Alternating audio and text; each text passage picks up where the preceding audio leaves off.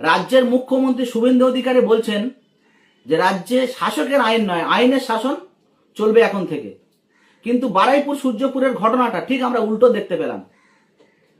দক্ষিণ 24 পরগনার অন্তর্গত বারুইপুর থানার সূর্যপুর হাটে একটা 11 থেকে 12 বছর, কেউ বলছে 11 বছর, কেউ বলছে 12 বছর, একটা নাবালিকা মেয়ে, মুসলমান মেয়ে, সে টিউশন পড়ে সন্ধ্যাবেলা বাড়ি ফিরছিল। তাকে সেখান থেকে 4 জন মিলে তুলে নিয়ে গিয়ে তাকে প্রথমে গণধর্ষণ করে, গণধর্ষণ করার পরে নির্মমভাবে হত্যা করে। হত্যা করার পরে তার লাশটা বস্তাবন্দি করে মাটিতে পুঁতে রাখে। তার ফ্যামিলির লোক সারা রাত ধরে খোঁজাখুঁজি করে পায়নি, থানায় এফআইআর করে, পুলিশ কোনো পদক্ষেপ নেয়নি, পুলিশ কোনো সেইভাবে খোঁজাখুঁজি করেনি।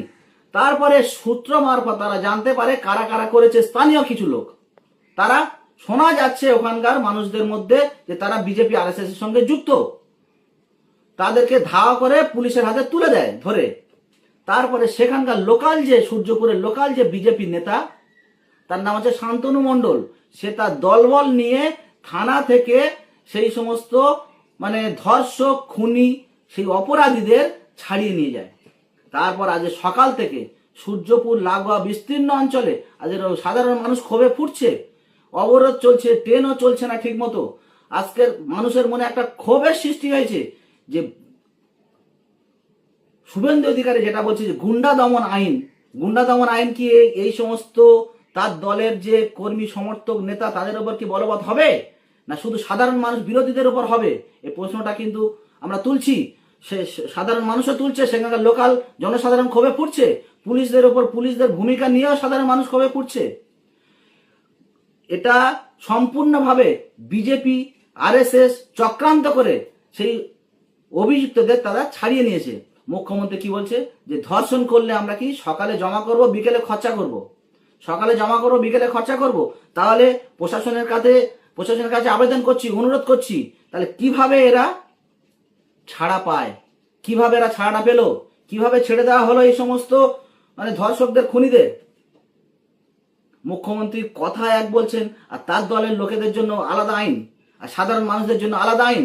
এটা যদি কোনো মুসলমান হতো, মেয়েটা যদি হিন্দু হতো আর অপরাধীরা যদি হিন্দু হতো, তাহলে কি হতো? অপরাধীরা যদি মুসলমান হতো আর মেয়েটা যদি হিন্দু হতো, তাহলে এতক্ষণ সারা রাজ্যে তোলপাড় হয়ে যেত, এতক্ষণ সারা রাজ্যে এনকাউন্টার শুরু হয়ে যেত সেই সমস্ত আসামিদের। আর আজ বিজেপি সেই শান্তনু মণ্ডল সেই অপরাধীদের ছাড়িয়ে নিয়ে চলে যাচ্ছে। তো আমরা আইনের ওপর ভরসা রয়েছে, প্রশাসনের কাছে আবেদন করছি যে এই সমস্ত খুনিদের অবিলম্বে উপযুক্ত শাস্তির ব্যবস্থা করতে হবে, তাদের অবিলম্বে গ্রেপ্তার করতে হবে, এবং যে সমস্ত পুলিশ আধিকারিক এই সমস্ত অপরাধীদের ছেড়ে দিয়েছে বিজেপি চাপে, তাদেরকেও আইনের আয়ত্তে আনতে হবে। না হলে রাজ্যে সমানাধিকার থাকবে না।